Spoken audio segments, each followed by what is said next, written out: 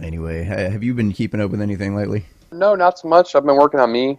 The only thing I've really been keeping on lately is this whole Florida shooter thing. Before we get into anything like, current events wise, what's that been like for you? Just focusing on you and not focusing on society's problems. Basically, I can't fix society, but I can fix me and make myself a happier life, So, because, like I said, I'm never going to change society. I'm not going to change people's ways of thinking and all that other shit. So, no sense in trying to basically have like a moot conversation with anybody about it, and just work on me and try to do what's best for me and my family. Yeah, I guess that's probably the best strategy to take for anyone, really. Yeah. Yeah, what's that been like for you mentally? Mentally, it's actually been really nice to not have to get into like conversations and arguments about or debates about anything that's currently going on and worry about other people's bullshit. I'm just like, okay. Right on. So it's actually given me a lot of mental clarity, a lot more than I think I've had in a long time. Helps me thrive. I just enjoy it. I always have enjoyed getting into the discussions and debates and stuff. So it's not, super stressful for me. I know a lot of people turn on the news and like all they see is like the world's coming to a fucking end tomorrow, and you're gonna miss it if you don't keep watching. It's like super stressful. Well, I mean, it's never been stressful for me either. Like I'm like you, I've enjoyed this stuff. That's why we had all those conversations so many years ago. But just sometimes you just got to take a break from it and just be like, okay, fuck all that shit. Let me worry about me and not worry about. Let me worry about the intra, not the extra. Yeah, and figure if it's important enough, it'll get to you somehow. Somebody will tell you somehow, some way, if it's a big enough story. Just another day in American life. Yeah. Because I got in a lot of debates, and I'd probably be more interested in talking not so much about the Florida shooting itself, but about just people's reactions to the Florida shooting and how we can actually solve the problem versus how people think that they need to solve the problem. I mean, it's pretty simple. I think you're never going to solve the problem, but pretty simple to sit there and cut down on it. I mean, yeah, okay, of course nobody's going to come to agreement on an all-out ban of firearms, but right now for a background check, it costs, what, $10? Yeah, it's not a lot. So, and one thing they don't have in the background check, they don't have court reporting to the NICS system, and they don't have HIPAA reporting to the NICS system. So why don't you sit there and incorporate and change the HIPAA laws to where they can report mental illnesses to the NICS system and domestic violence and other violent crimes to the NICS system. So when somebody goes for a background check, those things fucking pop up. Oh, you mean so like different government organizations getting together and being efficient and sharing their database and information? Yes! Strange, right? Never thought of that. It's pretty good. Yeah. And I mean, I understand. I don't want my taxpayer money going to that. Your taxpayer money goes to stupid shit all the time. Okay, you don't want your taxpayer money going to that. Okay, you're buying a $600 firearm. Okay, make the background check $30-40. That'll cover all the extra shit. Yeah, and what do you? Yeah, and even if somebody really wants to get a hold of one, if it's a larger cost to get the background check, I mean, it's not really going to prevent anybody from doing it. What are we talking about? An extra 30 minutes worth of work at your job or something? Yeah. So I mean, and like I said, if you're buying a $500-600 firearm, $30 ain't gonna fucking kill you. Right. So I don't understand why people are so against certain things like this. Of course, when you talk to an anarchist and suggest government laws to fix the problem, that's true. Like no. Because what's driving me nuts is, as soon as this happened, I mean, the bodies weren't even out of the school yet, as usual, and they're already down there. The senators are already on the floor talking about, we need gun control laws. We need to change. We need to do something now, and just as usual, taking advantage of, a heightened emotional situation to try to get people to, turn in their guns. Yeah, it's always like that. And 2 weeks from now, it's not going to matter anymore. It's like they constantly wait for things like this to happen. It's like keep pushing an agenda on both sides. It doesn't matter. Right. Yeah, it's both sides for sure. But 2 weeks from now, they're going to stop the pushing of their agendas and be like, okay, let's focus on this new topic now that just popped up. Yeah, I mean, I mean, it is both sides, but arguably the left is more on the attack, whereas the right or the pro-gun people are on the defense, because they're not necessarily trying to give people more guns or access to higher powered rifles, or they're just pretty much just trying to like say, hey, just stop, leave it like it is, you know. Yeah, I know, but that doesn't help either. I mean, what's the quote? I can't even think of it right now. But basically, you sit there and do nothing. Nothing's going to get done. So you're not going to change anything. You're not going to make anything better. Right. If you sit there, you're just moot in the entire thing. I mean, it's driving me nuts because everybody is so busy looking for the problem, trying to figure out what's the cause of this problem. What's the one thing that we could do to make this all go away? And what seems to be never talked about is it's actually very, very extremely complicated. First of all, you're talking about the tail end of the very end of a whole lifetime of scenarios that led to this moment. You're talking about the weapon of choice and that helped him carry out his decision. It's like, so basically, we're talking about the symptom and not the disease itself. Yeah, it's like, you essentially. It's like if you said, you know, all school shooters wore trench coats, you know, and banned trench coats, like, which is not that far outside of the realm of possibility. You know, people freaked out about that during the Columbine shooting back years ago, and it's like, well, now hold on, now you're just dealing with these very surface level issues here, or trying to solve the problem by dealing with the tail end symptom instead of going back to the root cause. You know, it's like a lot of people are talking about, well, it's got to be the medications they're on. Well, maybe it lent to it, maybe it added to the problem, but why is he on medications to begin with? You know, why are we doing that? Like, I mean, I think personally, series of events led to that moment. Yeah, I mean, it does break down to an individual level, but it also breaks down to kind of a societal level too. You know, because they say it takes a village to raise a child. Mm-hmm. So it's not just all at home with parenting. It's the entire society in general. So you have more violent video games coming out. You got, you know, people get pissed off because there's boobs on TV, but it's okay that I sit there and go shoot this guy on Law and Order. Mm-hmm. You constantly have that stuff being portrayed to kids 3, 4, 5, 6, 7 years old. So that it kind of becomes part of the daily American culture for them to see all this stuff, and they think it's normal. I don't know. I don't know. I mean, it might lead partially to it, but I don't know, man. I think people are pretty good at separating, you know, fiction from reality on the whole. I mean, because as a whole, you got a shit ton of, you know, novels and stuff back in the day that, you know, people are reading books and stuff that have got some real violent shit in them, but, you know, I don't know that necessarily lent to increase in violence. I mean, you know, if you actually look at world statistics right now, like we've never been safer, like ever in the history of the world, of humankind anyway. Yeah. It's like the death rates, the homicide rates and stuff have dropped precipitously just in the last, you know, few decades.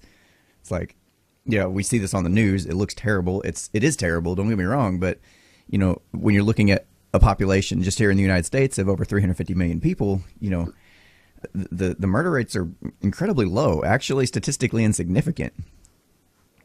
Yeah, I actually saw some statistics the other day comparing South Africa to us. Mm-hmm. In common sense. And America has 88 firearms per 100 people or so. I'm sure that's a pretty low number. It's 101 firearms per 100 people.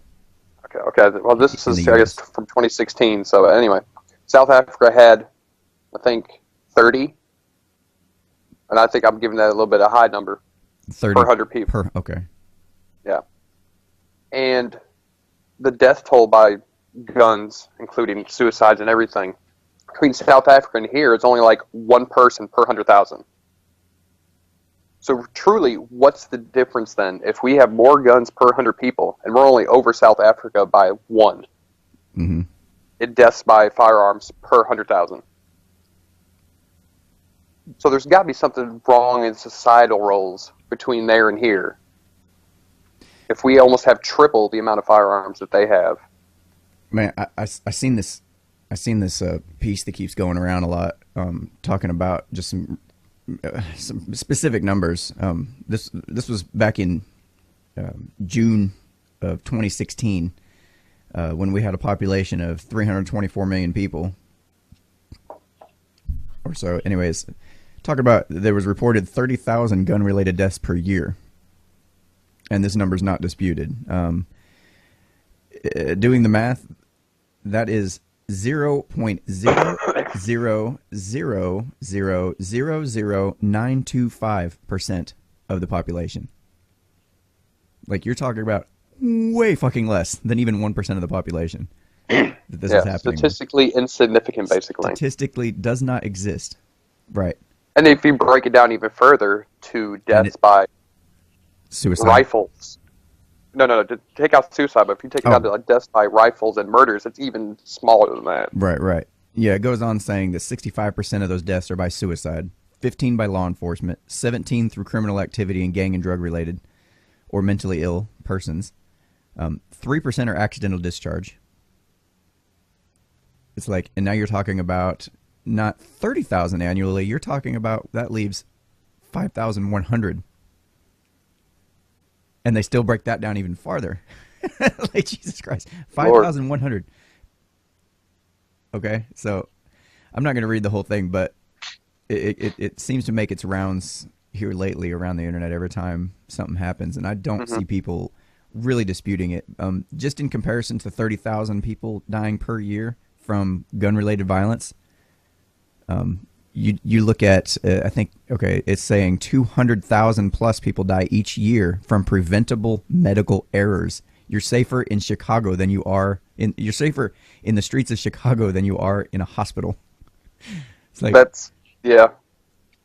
Like, if you're looking at statistics and if you're looking at solving a problem, it's like Black Lives Matter focusing on white cops shooting black people. It's like, no, that is statistically insignificant as well. When you compare that to black people dying from other black people, it's like, Jesus Christ, man. But everything just gets so emotionally charged, and people are just like, it does. They see this terrible thing, which, yeah, it's terrible. Nobody wants to be in that situation. Statistically, though, you're never going to be in that situation. The likelihood of you being in that situation is almost non-existent. This is true. But, I mean, each side has their good points and bad points. So, like the left saying, they're blaming the tool. Okay. They have a fairly good point, I believe, blaming the tool, a rifle. Mm-hmm.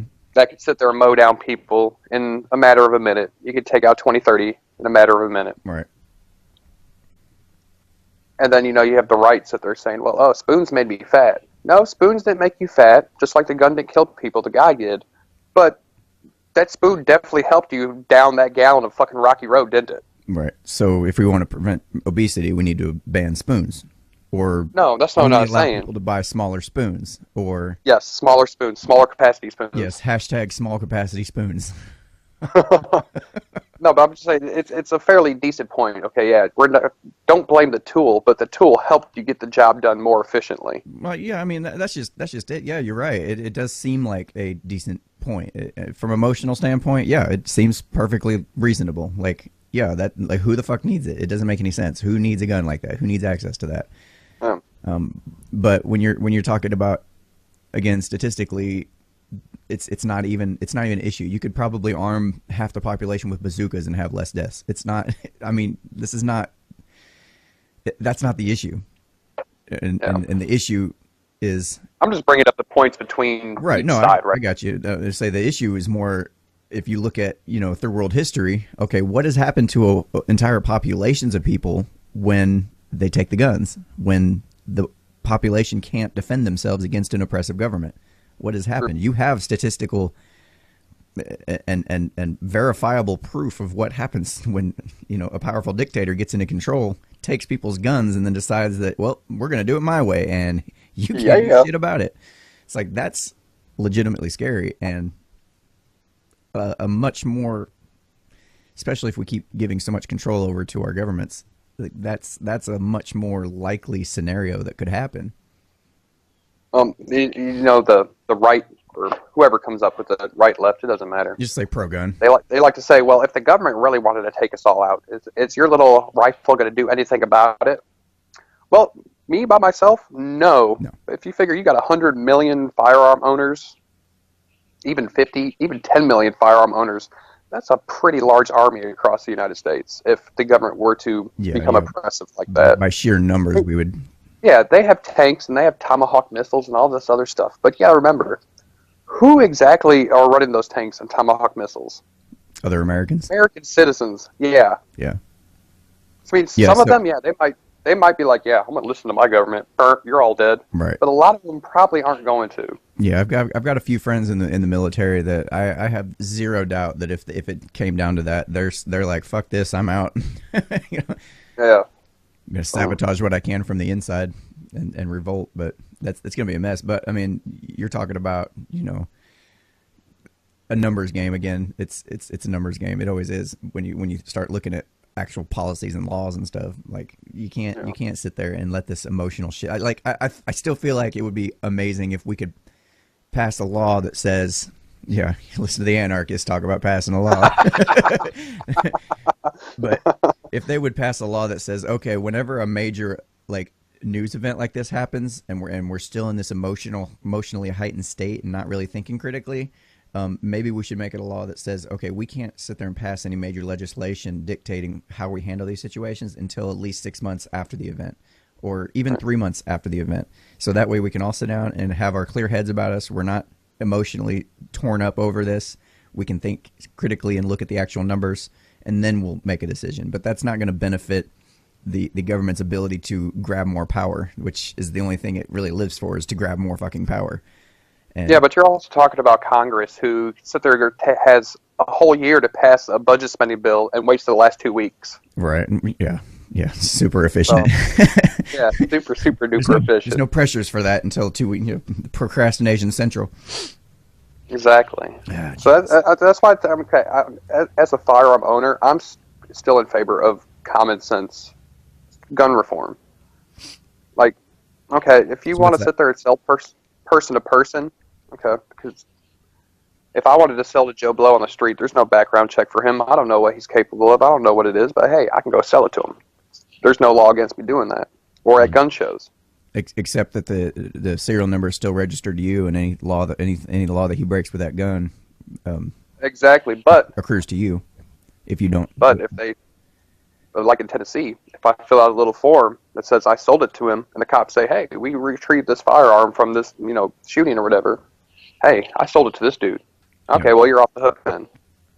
Oh, is that all you gotta do? I mean, yeah, basically. So I mean, if you wanted to do stuff like that, go pay a small $20 fee to your local gun shop, and he could pay for the $10 background check. Okay, he's clear, and then you can sell it to him through them.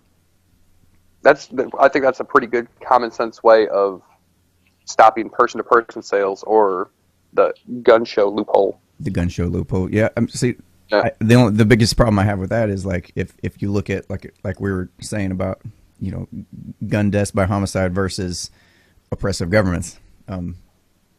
I would rather, if I was to buy a gun from somebody, buy it from somebody who, I'm not necessarily trying to skip the background check. I'm more interested in trying to skip over the government knowing that I own a firearm trick.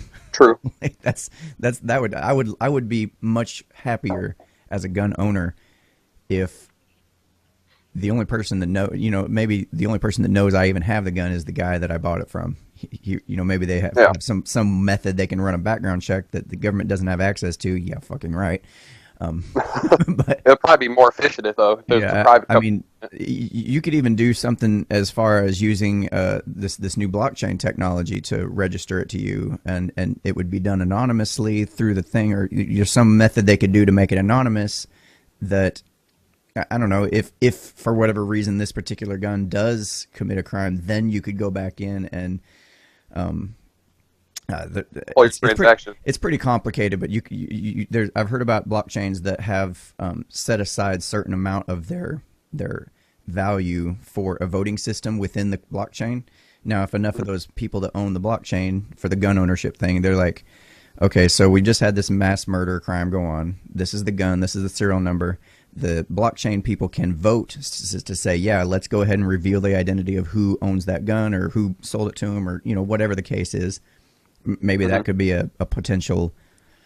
I don't know. I'm just kind of brainstorming here, but as I'm paying attention to the blockchain and the crypto industry right now, that seems to be something that is very possible as a means of still doing the background checks on people while at the same time protecting their identity. Yeah. I mean, I definitely get that point. I hope I was clear on that, because I'm not really sure how much that you got. Cause I got it. There you go. So basically, it'll still be done anonymously, but also if you're sitting there voting to out the person after something happened, here we are back to square one again, though. What was that? Well, you said if the people who own the blockchain vote to out the identity of a person who just committed this murder or whatever it is with this firearm. Yeah. You're still back to square one where we are debating it now. Yeah, it would be a community based. But it's not a preventative measure from. Oh yeah. I guess statistically minute things happening. Yeah, that would solve my particular concern about the government. That was just designed to solve my particular concern about the government having access to knowledge that I own a firearm. That was the idea there. Yeah. I think I just come up with a fucking great blockchain idea. There you go. Be on the cover of Forbes soon. Gun privacy, crypto. That's the thing, though. Like you said, people sit there and run emotionally charged through this stuff, and they're trying to alleviate the symptom rather than trying to cure the root cause of it. That could be the compromise, so to speak. Is that okay? We're gonna do what you were talking about bigger background checks, maybe a higher cost for the background check, maybe maybe some information being shared between the different servers and stuff. I don't know. And in return, we will make sure that the government does not know who is purchasing this gun. Like, your identity is protected from the government, but we're also going to check your more extensive background check, or I don't fucking know, man. I don't know. I mean, if that was a possibility, yeah, I can definitely see both sides saying, no, that's not going to happen. I don't want to pay more. And the leftists be like, no, we're not going to compromise on that. We want to know your identity. Yeah. And I think that's the big issue here is both sides don't want to compromise with each other whatsoever. Right. Now I understand that in American society, people put the individual first. But we are a society, and I know it's to sound Hitlerish, but sometimes societal needs come before the individual. Go on. Explain yourself, sir. That sounds very what's very communist of you. No, not even communist, really. It sounds utilitarian. Yeah, it could. Which to me was never really a solution to begin with, but true. We should just we should just pass a law because it does the most good for the most people. I guess yeah, you could also see I could see where you mean that's kind of communist. Ick. Yeah, exactly. But we're not okay. Yes, at the micro level, we are all individuals leading our individual lives, doing our individual stuff for our individual families. Mm-hmm. But all together as a whole, we are a society that has to learn to work together and come together and compromise on certain issues. Right. It's the only way anything's to become better or get things done. If not, it's just going to be anarchy running around. Not in the full sense of the term, but people just caring about individuals, caring about themselves. To be clear, that was the propaganda version of anarchy, yeah? Yeah. And yeah, we're still going to run around caring about ourselves and our individual selves, but you live in communities. You don't live just by yourself. Yeah, you have to. Absolutely. We got to sit there and come up with ideas that everybody can agree on, everybody can compromise on, that can sit there and benefit us as individuals, but benefit us as a society, which I know sounds kind of oxymoronic in some sort of way, especially to an anarchist. No, I mean, it just no, not at all. Because even in an anarchist society, you would have to contribute and work with your community. I mean, you'd still have to be a part of your society. I mean, arguably, you'd be even more of a part of your society than you even are now, because you don't have the government coming in and allowing people to sit in these little, sanction themselves off in these little categories and stuff. It's like, if I wanted to, I could just stay here and collect a welfare check and never interact with my community and never reach out for help from them. The government's going to help me, so I don't need to know my neighbors and build a relationship with my local community. That all gets removed as soon as the government comes in and tries to solve your problems for you by giving you free money. I feel like we've gotten way off the beaten path here. A little bit, yeah. But basically, it stems down to us trying to figure out a solution behind issues that are in our society. Yeah, and the thing is, it's so nuanced. Like, I mean, everybody, like we started at the beginning, is everybody's talking about, okay, it's the guns, it's the drugs, it's the this, but no, it's more nuanced than that. It's more individualized. It's more like we have. There's so many caveats to it. Right. You got to really sit down and look at this and say, I don't think there's any law that, regardless of what we've talked about, no single law that's just going to suddenly like clean this all up. It's just not going to happen. Like not in a society of 350 million people. It's not going to happen. I mean, I can make a pretty good argument how in an anarchic society we'll have way less of this. And that would start with, like I said, not having government trying to help people so much. Like, people have to be part of their community. They have to know their neighbors. Women would be more responsible for choosing decent men, and we wouldn't have this single mother state where, everywhere where rates of single motherhood are way, way up. Also is the youth male violence, because you don't have a father figure in the house. All that shit practically goes away because people's decisions are made differently. The incentives are repositioned to, you actually have to be a productive member of society in that case. Yeah, that kind of reminds me of like the utopian 1950s, 1960s nuclear family thing. Because back then you really didn't have too much of the craziness in the world that you got going on, or you really didn't have access to it because of the internet and the way everything is. Yeah. But back then, that's a point that a lot of other people like to bring up. Back then, you could afford one income, you could buy a house and cars and support your family. Now it's hard to even do it on two incomes. Right. Back then, you didn't really have too much of mass shootings going on and things like that. So what really changed the society to bring us to this point? And I know your number one point is going to be too much government intervention. Too much intervention. I mean, absolutely. It's got to do it. And especially you see the numbers spiking around the time that the government was taking off the gold standard.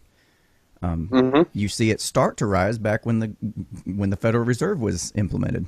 You had a fucking Great Depression because ever since the invention of the Federal Reserve, check this out.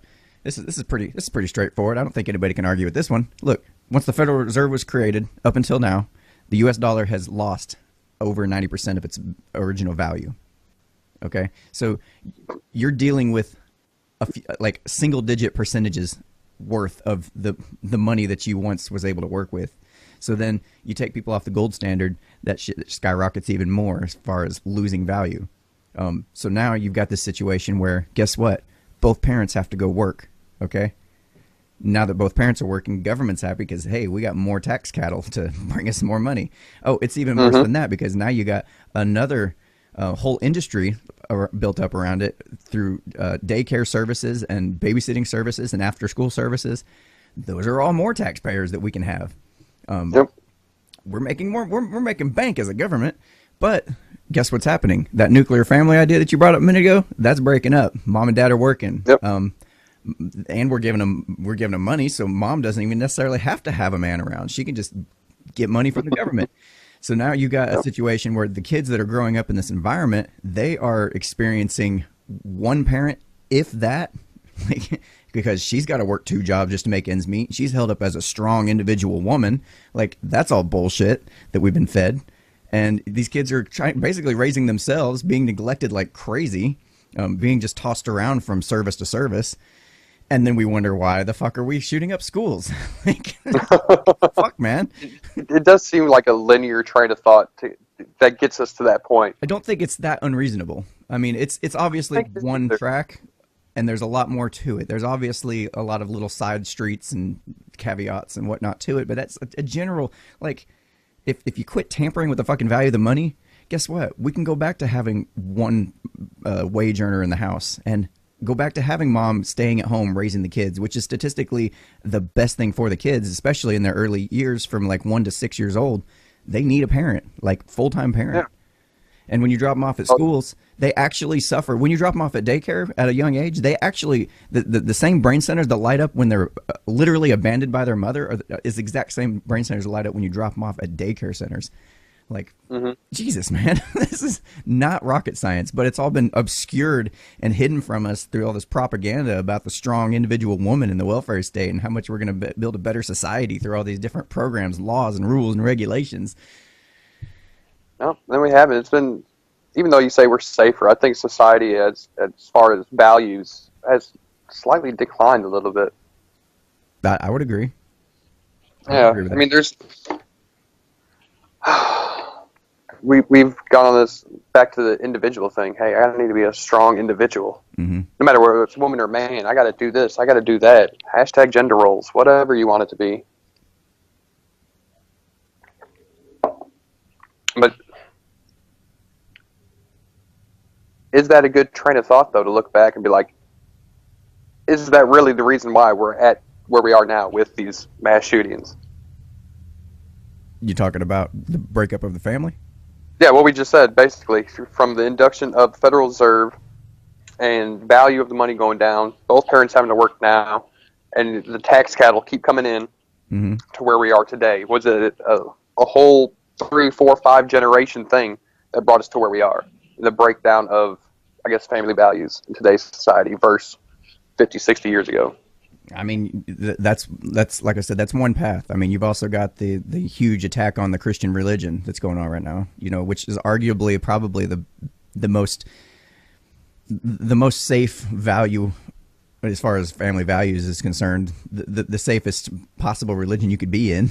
You know, I mean, when you talk about some of these other religions, like the Islamic religion, that's completely antithetical to anything that we stand for. Yeah, I mean, I'm an atheist, but hell, as far as values are concerned, I'm as Christian as can be. You know. Yeah, you can put yourself in that category. But I really don't see there's an attack on Christianity whatsoever. No. No. Religion is religion. It doesn't really matter. like an atheist would say, morals don't come from religion anyway. No, they really don't. They really don't.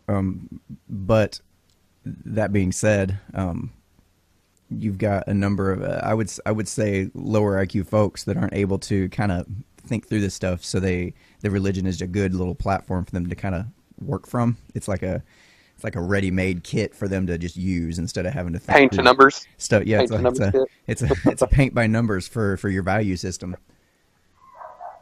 Yeah, but thinking about it though, and I'm gonna think a little bit harder on it. That, even though you said it's only one street to go down to get to where we are today, it's pretty, I would say, logical. Over the past 50, 60 years, seeing the decline of values and morals in people because of where we used to be to where we are now. All just to bring more money in. Does that bring us back to an old video we did, that money is the root of all evil?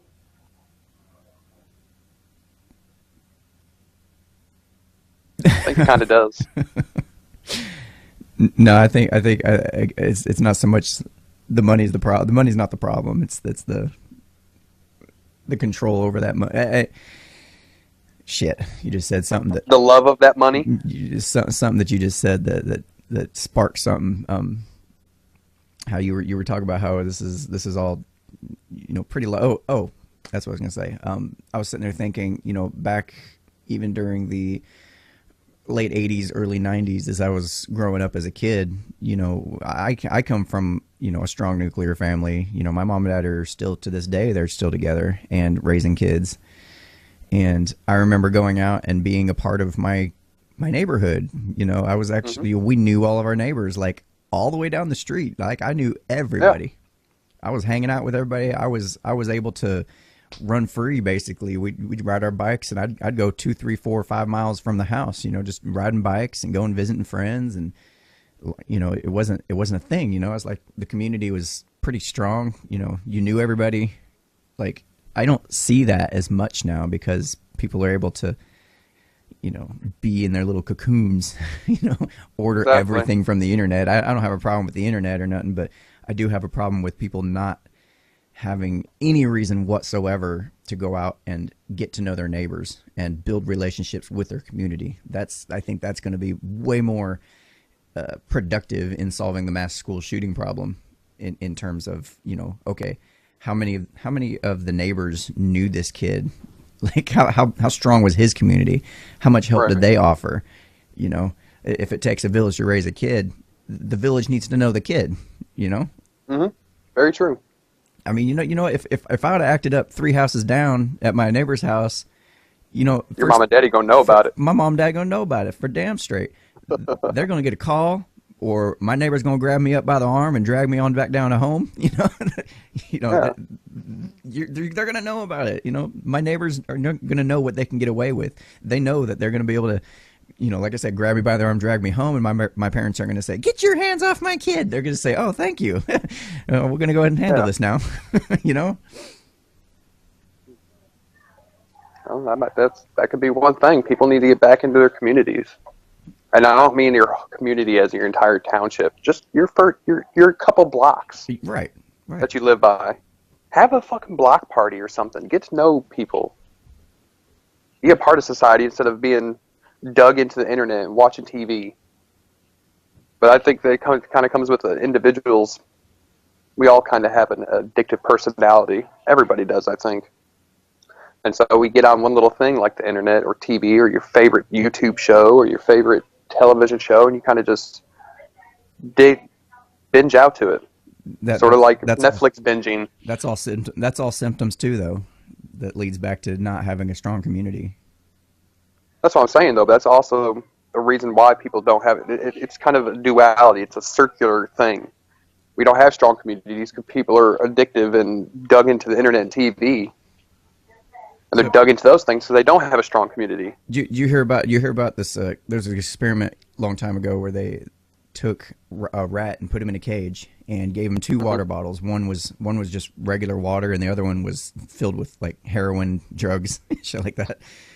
And the rat would sit there and constantly drink from the one that had the heroin in it, you know, all the time.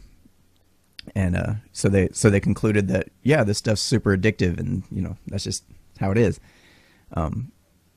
You know, it'd be like I'm trying to draw a parallel to, you know, sitting around watching your favorite YouTube channel or watching Netflix all day instead of interacting with your community. Well, another guy saw this experiment and said, well, something's wrong here. Hold on a minute. He created an environment where you have basically a little rat heaven, like all the toys he could have, all the other rat friends he could have in there to have sex with, and just, you know, basically everything a rat could possibly want to be super happy. And then they did the same thing. They put the 2 different water bottles in there, one straight water and the other one laced with I believe it was heroin. And it turns out that the rats actually preferred the regular water instead of the heroin. They would still, you know, do a little bit of the heroin, you know, just because it's fun, I guess. I don't know. But they wouldn't sit there and OD on it and sit there and just, you know, get addicted to it because they had a community. They were communal creatures. It's like, if you look at all this addictive behavior and then think, well, wait a minute, there's no strong community here. I wonder why they're, you know, it's like, it's the same thing, you know. You try to control the very tail end, the very last symptom that you saw in the news. If you try to control the gun, if you try to control the drugs, if you try to control, you know, the Netflix shows, and, you know, well, guess what? Well, people are addicted to Netflix, so we're going to go ahead and pass a law that says you can only watch 30 minutes of Netflix a day. You know, it's like, no, you're not dealing with the issue. You're dealing with the tail end problem here. Like, you got to think a little deeper than that, you know. Yeah, I mean, I honestly think a lot of things can be solved if people dug back into their communities a little bit more, like they used to. Yeah, I I mean, I absolutely think agree. you can alleviate drug issues with that. I think you can alleviate, income, no, not income equality, but like housing issues with that. Oh, I can't afford, to do this to my house, so now it's falling apart. And no, because your community would rally behind you because they know you and Right. they've talked to you and they know you as a person, and they'll be like, oh, no, we'll help you out with that, no Yeah, problem. yeah. You would throw on a barbecue and have friends come over, and you all eat some good food together and work on a project And together. fucking fix your sinking slab foundation or whatever it is. Yeah. Yeah. But nobody wants to do that stuff anymore. Nobody wants to get out in the community and get to know I would argue who that lives next door. everybody kind of wants to, but they're not being forced to. The incentives aren't right for them to have to. I really feel like that. The people want to have a deeper connection with their community around them. They just either don't know how, or the incentives are set up to where it's easier. They're going to take the easier path, and the easier path is, well, I can just collect this government check, or it's just easier for that than it is for them to go out and actually interact with their community. Yeah. But if you set it up or take away the incentives that prevent community, obviously that makes government weaker. As humans, I know humans do things because they're incentivized for it, but do you really need an incentive to do certain things and be a good person? I mean, not necessarily, but I mean, for financial purposes and shit like that. I mean, But it costs you nothing to walk across the street and have a 5-minute conversation with your neighbor. There's no downside to that, really, unless your neighbor's like some psychotic asshole. I get it. But at least he's a psychotic asshole. Yeah, that's true. And you can warn people about that shit. Yeah. Now you know. So would that be okay? Since we're always trying to come to a conclusion of how to solve things, do you think that a stronger community base would solve things like mass shootings? Absolutely. I think it would solve a lot of problems. And I think that's what America needs to do. America needs to come back and be not even a society anymore. Get rid of that term and be a community, even if it is millions of individual communities. Yeah. It'd be easier though to just go on Twitter and throw out snarky comments about gun violence and gun control. Yeah. Just do that. That's all stuff. Yeah. That takes some real effort. I mean, I know we're big on trying to find solutions, and I think that's probably to be the best thing that anybody can do. Not the snarky Twitter comments, but sorry, communities again. Yeah. Thanks for the clarification. I was, suddenly millions of people watch this show and open up a new Twitter account. Yeah. Like, we found the solution, guys. These guys make a lot of sense. Let's get on Twitter. Yeah, maybe get off Facebook and get off Twitter and talking to people that are 3,000 miles away, and talk to the person that's 30 feet away. See how they feel about things. Like, I understand that people get they're emboldened on the internet to talk about what they want to talk about because, the whole term computer warrior, keyboard warrior, whatever it is, and people really don't talk about this stuff face-to-face with their neighbors because they don't want to create a divide. Yeah, and that goes back to people being emotional, though. Like, if I go to my neighbor and say, oh, yeah, we need gun control, and they're like, no, fuck that. They have 30 guns in their house and whatnot. It's like, people just need to sit down and put the emotions aside so they can sit there and discuss this stuff, and they can actually go feel not so closed off and get back to the community standpoint. Yeah, I think when you boil it down, hold on just a second. I want to read this verbatim because I really feel this way. I had put a post. It seems to be getting a lot of interest, a lot of interaction. So I must be hitting some note. I wrote a Second Amendment mentioned right to bear arms, never specifically mentioned guns. The weapon of choice is the symptom, not the cause. And as I told another friend of mine, if you want to actually solve the problem, look at their childhood. This stuff doesn't happen in a vacuum. This kid needed attention, love, and validation. This was his way of getting noticed in a world that couldn't care less about his very existence. Neglect is a motherfucker. Better to be hated and noticed than to have never existed at all.